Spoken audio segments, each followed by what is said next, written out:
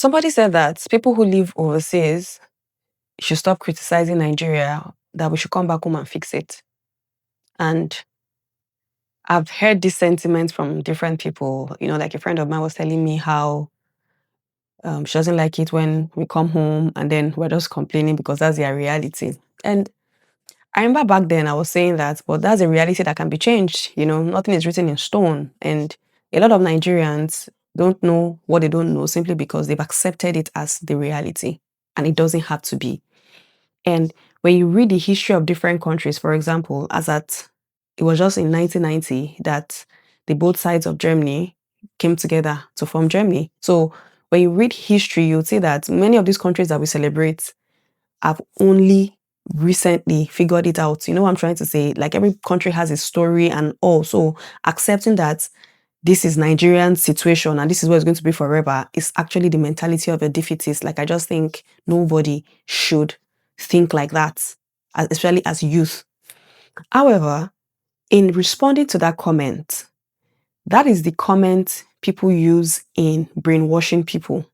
You've noticed that a lot of people dwell on asking people not to japa. They never dwell on the realities of the country and saying, okay, how can we make it better? Or direct their energy to the government. They're always talking about how you should not japa, how we should come back home and fix the country.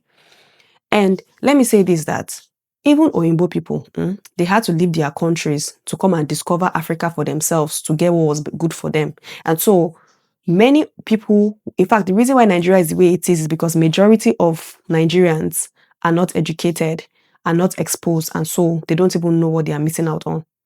If I could afford it, I most likely would take everybody out to experience the world and take them back and let's see if the story will not change.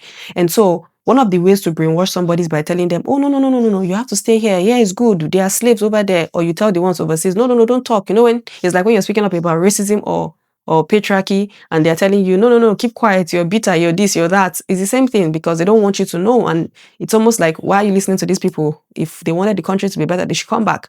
And you see that it's all a form of manipulation because the moment you leave, I said, my friend, the moment she left Nigeria, she told me that I now realize that we are all mad in that country. Things that you've accepted to be normal, the moment you leave, you'll be like, but the thing is, you have to leave for you to realize. And so for those of us who create these videos, we are not creating them because we just want to talk about Nigeria, because we want to shit on Nigeria, because it's not your reality and you should not accept it. It's because we want you to know that it can be better. And if I were to be in that country too, I most likely would have been speaking up, but would I have been speaking up as I am speaking up now? The answer is no, because I wouldn't have known what I was talking about. Let me know what you think.